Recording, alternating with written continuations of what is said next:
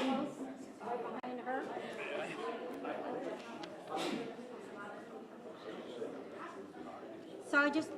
Can everyone get in? So I just want to remind everyone, this is a news conference. It's a news conference, so we're going to allow the reporters to make comments. The public will have time to do comments, questions when we schedule that very shortly. So I just want to make that clear for folks. We should start now. Andrew, you good?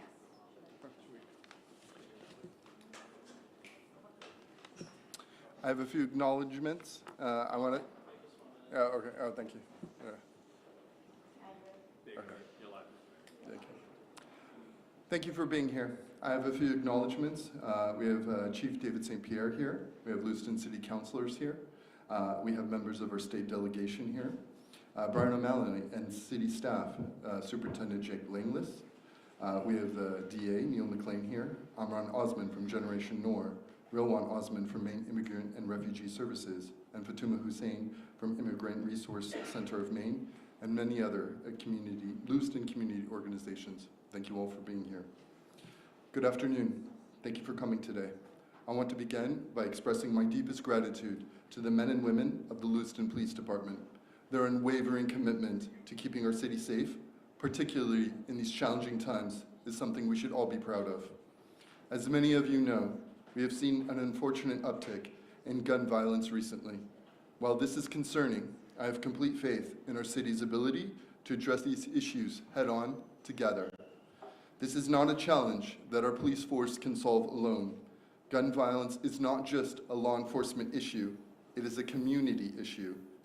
We've seen before how powerful we can be when we come together.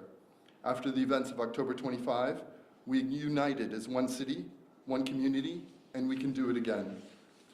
Lewiston is more than just a city. It's our home, a place where families grow and traditions like the Balloon Festival bring us together. When violence strikes, it hurts us all, regardless of where it happens. That's why I'm calling on every resident, every business, and every neighborhood to join in this effort. Chief St. Pierre will lead us through the city's initial plan to make important changes, and our collective action is crucial. Together, we can and will overcome this challenge, ensuring that Lewiston remains a safe, thriving place for everyone. Thank you.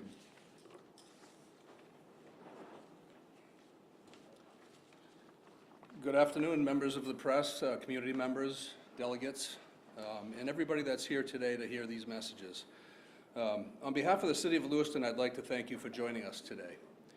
We're here to talk about the City of Lewiston's initial plan to prevent and respond to gun violence. I appreciate the folks who are up here taking part through what this will look like. Let's take a moment of silence, please, to honor those in the community who were victims of gun violence.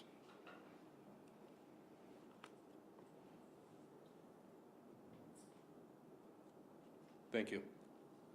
I want to begin by saying that I understand the community's frustration. What's more, I share your frustration. The officers whose job it is, day in and day out, to run toward the violent events in our community are frustrated as well. The city and school staff are frustrated. We all are. And every day, we're working hard to make the changes we need to make. We all need to do a better job talking about that. For our part, the men and women of the Lewiston Police Department hit the streets every day to serve and protect our fellow community members. We do so with pride and by working hard alongside the many members of this community. Every single officer at the LPD is committed to doing our part to put an end to these dangerous crimes.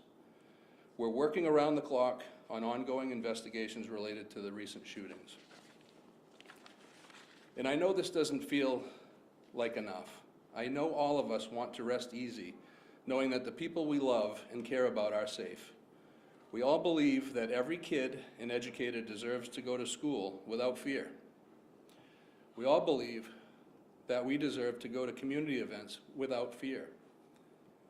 We all believe that we deserve to go bowling, out for a game of pool, or to join buddies to play a round of cornhole without fear. So I want to be very clear from the outset here. The only acceptable number of shootings in any community is 0. And yet, over the last 8 months, Lewiston has seen 27 incidents where shots were fired. Of those 27 incidents, 3 were self-inflicted and 2 were victims who were shot by someone else. This summer, we've seen several incidents in quick succession, and many involve the youth in our community. This is unacceptable, and we're all frustrated. And we can't just sit on our frustration because that doesn't get the job done. Over the last few weeks, we've worked through ideas to help move Lewiston towards more prevention, more connection among community members and the city, and more investigatory support for when shootings do happen. Here's what we're working on. We've requested that the Lewiston's legislative delegation identify and propose policy changes to address significant challenges in our judicial system. Just this week, Androscoggin District Attorney Neil McLean and the City of Lewiston staff joined me and others from the police department in a very productive meeting with Lewiston's legislative delegation to ask them to work with their colleagues in Augusta to help us address a number of issues we're seeing on the ground. I'll let DA McLean discuss those challenges his office is seeing in a moment. For the LPD and the city's part, I can tell you that despite the diligent work of our LPD officers and the district attorney's office, cases are frequently dismissed or the charges are significantly pled down. This cannot continue, and our legislative delegation agreed that the status quo is unacceptable. We know these challenges are exacerbating existing safety issues in our community. We know many victims of crime are not seeing the justice they deserve. We also know there's a growing perception in the community that criminals are not held accountable due to these very issues. We've asked the legislative delegation to take a look at these systemic issues, and we've committed to maintaining regular communication with them to ensure they're aware of the issues that we're seeing on the ground. We will also provide them with the data and the support they need to propose and pass legislation that will help us improve our community's safety. With that, I'd like to invite Androscoggin District Attorney Neil McLean to say a few words.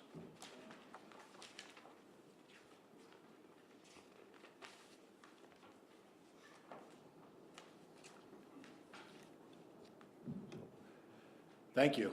It's a pleasure to be here with Chief St. Pierre, Lewiston Police Department, and many of our community friends that are here behind me. I think it's important for the community to see us here as a group and understand that collectively these community outreach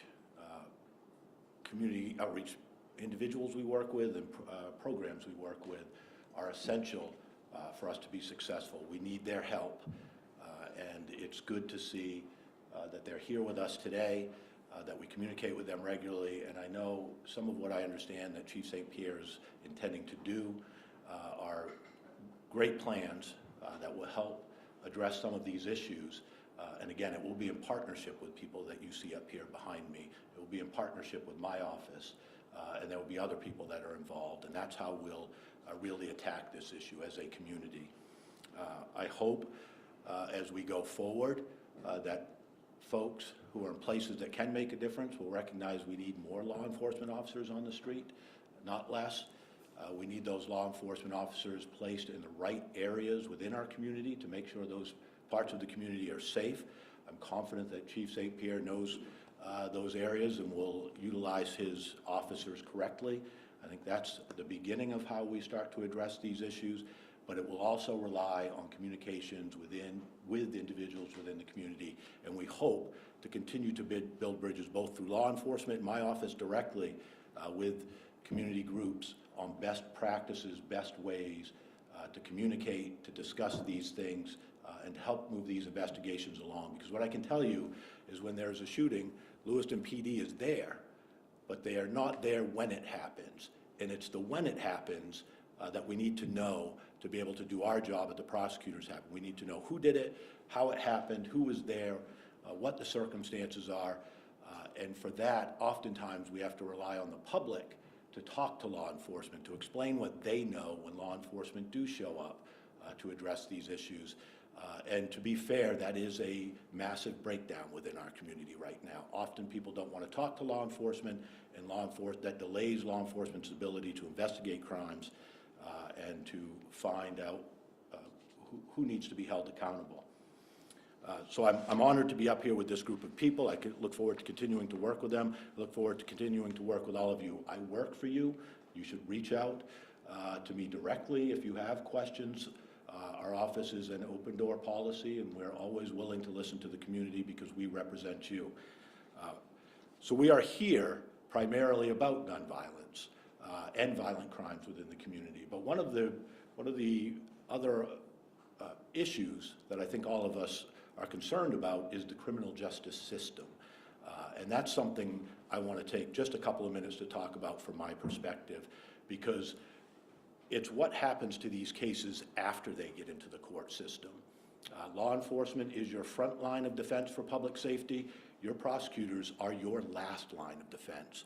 And we fight like crazy every day on behalf of public safety for you all. And the unfortunate truth is the narrative out there generally, and it's unfortunately said far too often, is that the DA's office is just dismissing cases and not doing much, declining cases, sort of a lazy approach to law enforcement. Nothing could be further from the truth. We have 10 prosecutors allocated to Androscoggin County, one of the busiest courts in the entire state. That might be the lowest number of attorneys allocated by the state for a county this large with this much of a caseload. Couple that with the fact that since July of 2023, your Androscoggin office has been down to 6 attorneys. In April, it's very likely we'll be down to 5. So you have, if we stick with the 6 number, you've got 6 prosecutors covering all of Androscoggin County. And if you can imagine, the number of cases currently pending in Androscoggin County, there are 2,386 cases pending. There are 269 cases awaiting initial appearance. That's a total of 2,655 cases for really 6 prosecutors to handle. It's about 442 cases per prosecutor. Compare that against the Defense Bar and the Maine Commission on Defense Defense Services, and they cap their attorneys at 270 points. 270 points, a lot of those cases are multiple points. So they're not 270 cases, it's a lower number than that. But that puts us, even if you use 270, at 172 more cases per attorney than all of the Defense Bar, anyone within the Defense Bar. And that's something we have to balance, and we do. If you imagine we can do 5 trials per month in a year, in a month, 5 trials per month, it probably is being generous. But if we use that number and we extrapolate it out over a year's time, that's about 60 trials. At 60 trials a year, to beat down, to really address that 2,655 caseload, it would take us 44 years to try our way out of this. So prosecutors are left in the terrible position of having constant incoming cases, dealing with that backlog of 2,655 cases, and we are that last line of defense for public safety that's in the courtroom, fighting like crazy. How can we move cases? How can we ensure public safety isn't compromised while we do this? But if we do nothing, if we don't move some cases, the system will implode. You hear from the highest justice in the state of Maine to many within the judiciary talk about it. The criminal justice system is in crisis, and we are really the safeguards of that. And I think sometimes that's what people don't understand when they see how cases are handled. They don't understand that we're balancing public safety first and foremost, always. We're dealing with incoming cases, massive backlogs, and we have an obligation to make sure this system doesn't implode. Because if the criminal justice system implodes, we all lose.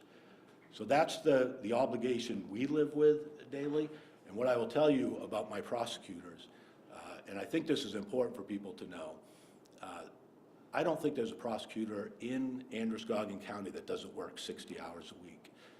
I know I work more than 60 hours a week, and when I email prosecutors at night, which is about the only time I can sit down and catch up, they respond.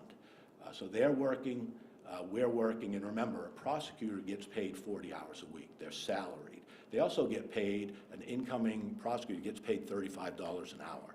Compare that against the defense bar, who a contract attorney gets paid $150 an hour.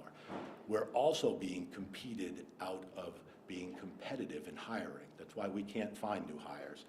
So all of these play a role. This isn't to, quite frankly, make anyone feel bad for the prosecutor's office. It's to make you, or help you understand the prosecutor's office and why cases are handled in the way they are.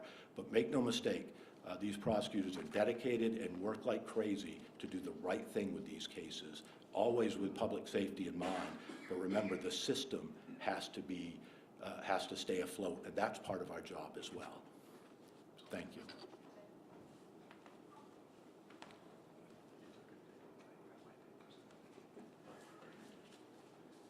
I might get charged with theft here.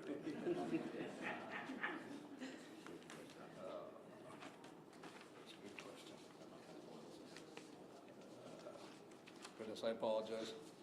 I think I'm where I need to be. I'll give you those back afterwards. Thank you, DA McLean. We appreciate how hard you and your team work each day.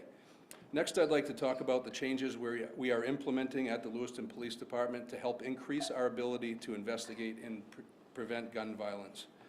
As of July 2024, LPD has increased proactive patrols, also known as foot patrols. Currently, there are at least 9 officers on the beat at all times, and frequently I approve more. Proactive patrol officers' goal is to walk around downtown, interact with community members, spend time with youths in various locations throughout the community, and be available and on duty for calls. All officers are doing proactive patrols, not just these foot patrols, including our beat officers, in addition to answering the regular calls for service. In my 32 years as being a police officer, I have not seen us do more. We also understand that we need to be even more of a presence throughout the community. So to that end, we are requesting funding for 3 months of LPD overtime from the Lewiston City Council. That overtime funding, if approved, will go toward more proactive patrol officers on each shift. When a shot rings out, we get several calls on it and we respond. And we need to ensure that we have enough officers to do so safely and efficiently. We need as many tools in the toolbox as we can, and we're pushing for more as much as we can at the state and federal levels. As many of you may know, LPD works closely with many state and federal law enforcement agencies, including the Bureau of Alcohol, Tobacco, and Firearms, or ATF, the FBI's Safe Streets Task Force, both the main drug enforcement agency and the federal DEA, as well as the U.S. Attorney's Office. We'll continue to do that and increase that work where possible, particularly where there is an overlap with gun violence. We've also identified and are requesting more federal support for Lewiston, including from the U.S. Marshals Service and the U.S. Department of Homeland Security. We will or have assigned officers to this work. Our work with these agencies will allow us to utilize their resources, their technology, and other supports as they assist us in these gun violence investigations. The city also plans to request additional support from the Federal Office on Gun Violence Prevention, and are looking forward to our conversations with them. These federal agencies and offices are ready and willing to do what they can do to help us out and get us the resources that we need. And we are very grateful for their help. We have requested a demo for some advanced camera technology, which has specific capabilities that will help us address gun violence, particularly drive-by shootings. We know community members have safety concerns. Community members have related to talking to law enforcement. They may fear retribution or further involvement, which makes camera footage even more valuable because sometimes that's what makes or breaks a case. As time goes on and we see the outcomes from these changes and supports, we will adapt to these pieces of the plan to further our efforts and communicate that work to all of you. Next, we plan to further engage with community organizations, community leaders, parents, youth, to provide information, improve communication, and increased understanding and trust. Our community has come a long way in the last 25 years. And like many other communities across the United States, we have more work to do. Just as we can unite and cheer on our Class A champion soccer or mock trial team, we also need to share responsibility and collectively confront the challenges we face now. To that end, I want to thank the community organizations that have stepped up to host conversations about gun violence. These conversations are not easy to have, never mind convene. On behalf of everyone at the City of Lewiston, I'd like to thank Generational NOR, IFCA Community Services, the Immigrant Resource Center of Maine, LA Youth Network, Maine Community Integration, Maine Immigrant and Refugee Services, the Somali Bantu Community Association, the Sustainable Livelihoods Relief Organization, Tree Street Youth, United Youth Empowerment Services, and many others for your leadership. These conversations have been critical to informing the city's plan for community engagement aspects of this work. We know that to prevent and respond to gun violence effectively, we need to do it in a partnership with the community.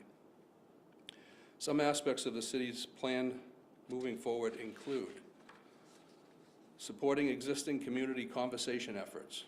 We want to continue to encourage community conversations. We hope that more community members will engage, including local and state policymakers, city staff, in addition to us at the LPD, youth and parents, educators, and more.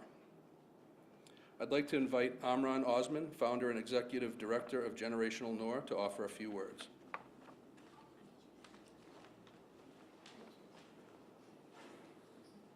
Hi everyone, good afternoon. Assalamu alaikum. My name is Amran Osman and I'm the executive director of Generational NOR. But more importantly, I'm a Lewiston resident. I grew up in Lewiston. I attended preschool, middle school, and high school here. And Lewiston has always been my home and a place I deeply cherish. It pains me to see the ongoing violence that's affecting our community. Every day, it seems we are faced with another shooting, another loss. This relentless cycle of violence is eroding the very essence of what makes Lewiston special, and it needs to stop. Our city is better than this. We are a community that thrives on diversity and shared strength, but to overcome these challenges, we must come together. We need to stop othering each other and pointing fingers. We need to stop blame and division because that only serves to weaken us. Instead, we must unite and support one another and work together towards meaningful solutions.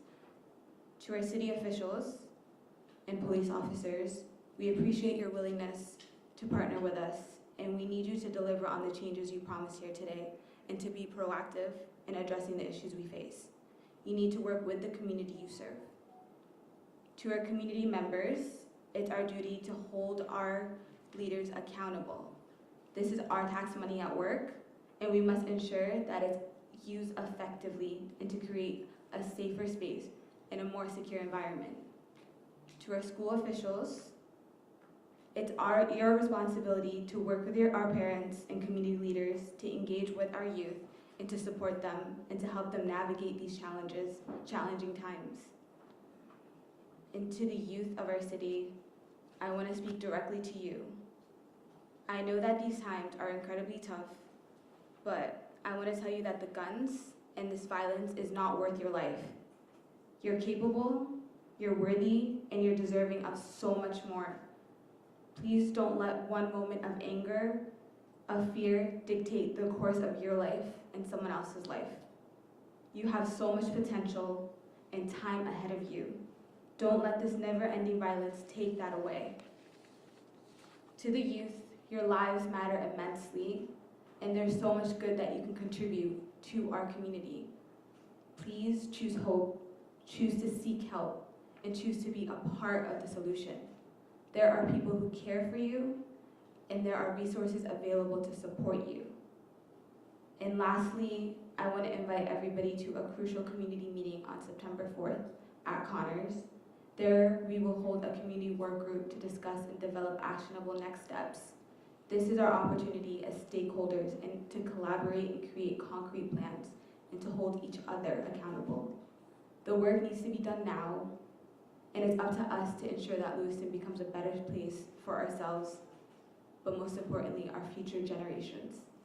Our community deserves better. We deserve better. But more importantly, our kids deserve better. Let's commit to working together to build a city where safety, support, and hope are not just ideals, but reality. Thank you.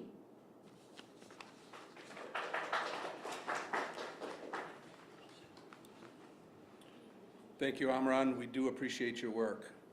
One thing that came out of these community conversations was the importance of educating parents about the issues that we're seeing. The police department and the Lewiston Public Schools will partner and offer parent information sessions about guns and drugs. We understand that many community members, particularly parents, do have questions. These questions include the potential consequences of juvenile gun possession, what a gun looks like when taken apart, and what drugs actually look like. We want to provide information and give parents the opportunity to ask officers questions. We plan to offer information sessions at schools and to parent groups around the community and record them and translate them for folks who cannot attend. I'd like to invite Superintendent Jake Langley of Lewiston Public Schools to offer a few thoughts. Good afternoon, everyone.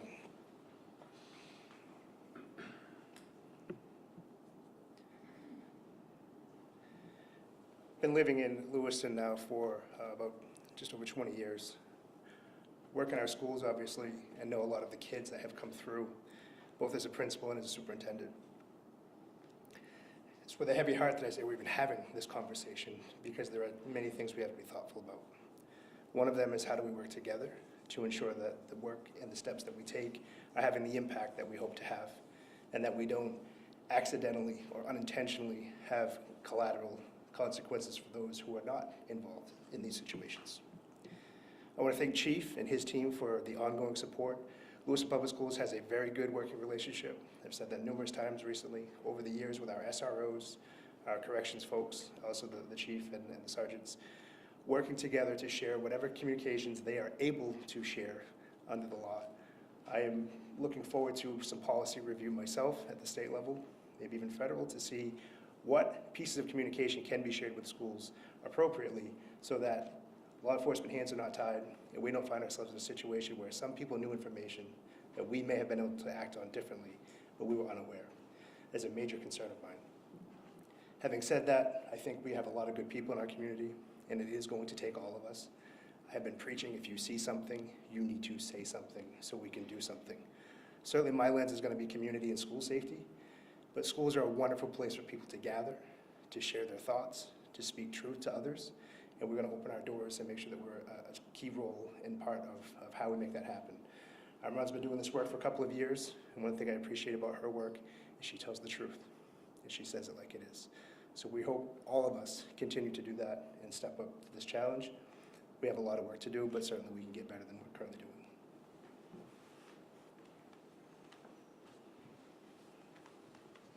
Thank you, Superintendent Langley, for the work you do, and to all the educators across Lewiston for what you do each day for our youth. In addition to the 2 community engagement efforts mentioned, the city plans to create regular ongoing opportunities to build trust between the city, LPD, and the school department with local youth and ethnic community-based organizations. The city will take a more active role in working with organizations who work with youth, immigrant, refugees, and first-generation Americans. We are in the process of asking organizations to join police, city, and school administrators and staff for informal monthly meetings to discuss issues they are seeing and issues that we are seeing. We hope this approach builds trust, identifies issues before they become more challenging to manage, and make us more creative in communicating with and supporting our youth and our community. I'd like to invite Rilwan Osman, Executive Director of Maine Immigrant and Refugee Services. Good afternoon, Galapon accent. Salam alaikum. My name is Rilwan Osman. I'm the Executive Director of Maine Immigrant and Refugee Services, based here in Lewiston. I think we all know why we're here. And first I want to thank the Chief, the Mayor, the DA, the Superintendent for coming here today to discuss about how we can make our city safer for all of us here in Lewiston. Our organization is committed in providing education, raising awareness, and offering support through programming to our youth and their parents. On behalf of mayors, we are excited about this new initiative of us all coming together to address this issue. This is not one organization, one person's issue. This is the issue of the city of Lewiston, and we all need to come together and address this issue collectively. From the police department to the city officials, from the state, we have to come together, and also from the community. For the last couple months, community-based organizations, including Amran here, we have been having a series of conversations internally within our organizations, community members, mothers, to discuss about how can we work together to address this issue, and we're willing to continue that. And I'm excited when I get this call yesterday about this initiative where we're going to be working with the DA, the police, and the city so that we can, again, collectively address this issue. Again, we are committed as an organization, as a community leader. I have 7 kids who are going through the school system. I have family members who have kids who are going through the school system. I want to make sure that they're safe, and you all want to make sure that your kids are safe here. And the only way we can make our city safe is if we all work together, from the youth, the parents, the organizations, the police, the city, and that's the best way we can address this issue. Gun violence is not something that, again, is only Lewiston is dealing with. It's everywhere. But we have to have the resources to support our youth. We have to have the resources to support our families. We have to have the resources to support each other so that we can address this issue. Thank you.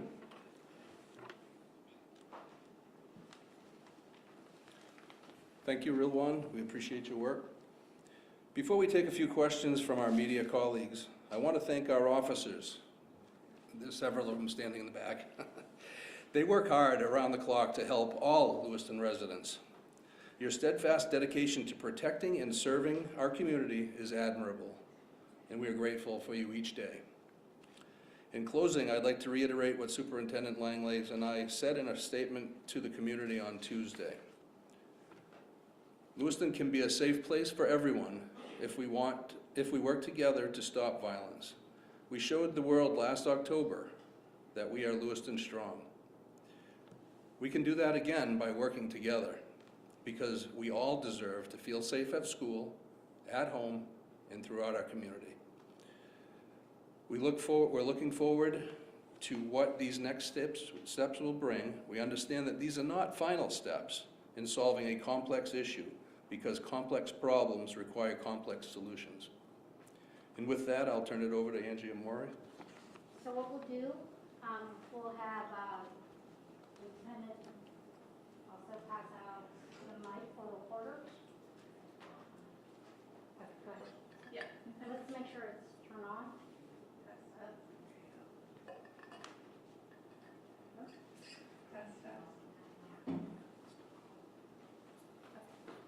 So, my question is for Police Chief. How come you guys aren't already working with the federal partners and the federal government or whatnot that you said you guys were collabing with already? I know that there's been violence previously, especially with last year happening. How come this is just steps now, or is this more to that? This is adding more. Quite frankly, we've been working with our community, our federal partners for quite some time. We have an officer assigned to our federal DEA, as I mentioned, to our ATF program, their task force agents. When a crime happens here in Lewiston, Lewiston gets the precedence. There are officers assigned to their office. So we get a big bang for our buck, so to speak, by having officers there. We're soon also increasing that. We just assigned somebody to HSI, Homeland Security. They're going to do a number of things for our community, and it'll also add some more agents here in our new police department. We're going to be providing them with an office, as we are with, we're looking at doing the FBI Safe Streets, also having an FBI satellite office here, which could even replace the Bangor and Lewiston, Augusta offices to make them come work here. So it's nothing new that we've been doing. We're just hoping to add to it and implement further resources that we can depend on. Just on the way here, I spoke to U.S. Attorney Darcy McElwee, and she assured me that she just asked for some help for us on our behalf. And it sounds like a lot of that help is going to come to District 3, which is Androscoggin, Oxford, and Franklin counties here in Maine. Chief, right here. Hi, Chief, or maybe this is a question for the district attorney, but what is the legislation that you think is needed to address this problem? You mentioned you're going to seek some, but what is it? What is the target? I guess I can answer that, or if you feel more comfortable or whatever, maybe we can answer it together. So we met with the delegation just this past week. Some of the problems or the issues that we want to add to is there seems to be less and less consequences to people's actions. When somebody commits a crime, and I've been saying this since day one as police chief 3 years ago, there needs to be consequences for one's actions. And I think those consequences have been severely reduced as we went through these last 3 years, or even more for that matter. We have certain programs in place that are very well-intentioned programs that just, for some reason, it ties the hands of officers, and we want to make some changes to those, not necessarily eliminate those. The judicial system needs an overhaul, in my opinion, and you heard the DA McLean mention the same thing as well. It's very frustrating for our police officers who spend considerable amounts of time arresting people, charging people, doing due diligence to do their job, remain proactive, and actually want to do the job, you know, when cases are getting dismissed at an unprecedented rate. And it's not only what they can do, it's what they should not do, right? There's legislation out there right now that I am very troubled by. It was killed in the last legislative session, but we understand it's coming back, and it's the speedy trial bill. The speedy trial bill, make no mistake, is a mass dismissal bill. It's almost impossible for us to keep up with the rules that they will put in place for how to handle cases. For instance, if they give us 12 months to try a misdemeanor, and if we don't, then there'll be a presumptive belief that there's been a violation of the Sixth Amendment. We never try a misdemeanor in 12 months. It will lead to mass dismissal of cases, and that will send a terrible message to the community. It will be highly unpopular with the citizens. So again, it's not only what they can do, but what they shouldn't do.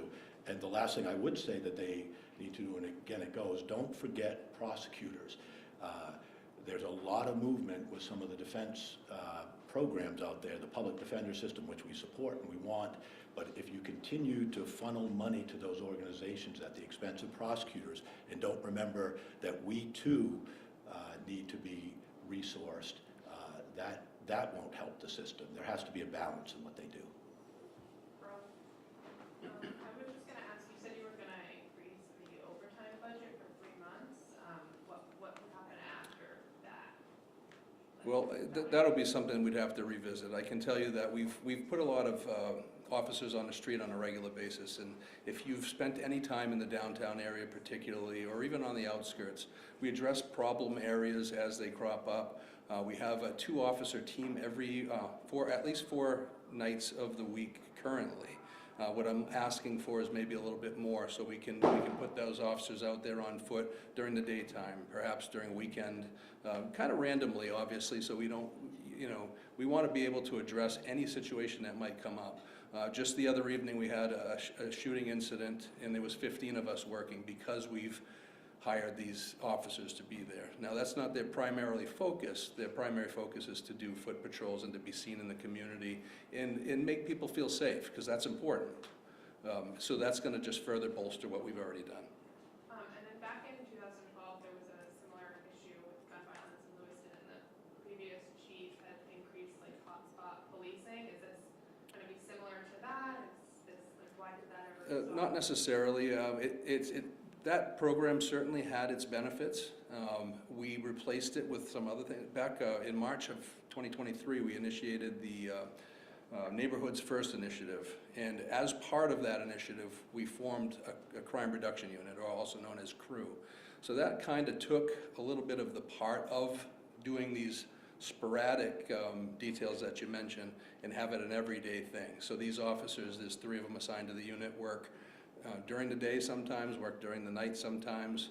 They vary their schedule, and they go after various quality of life issues, violence. I can tell you they've done a great job on many, many search warrants, drug search warrants, and as we all know, gun violence has a correlation to drugs. Okay. Last question? My question's for the DA. You spoke on the lack of prosecutors. What is your plan to attract new hires, and how are you trying to address that backlog you spoke of? So we need to be able to compete. When I interview people for positions and they hear what we pay them, and then they walk away and don't want to talk to us again, that's a problem. So we can't continue to think we can pay people $35 an hour to work 60 hours and be paid for 40, which is really what's happening.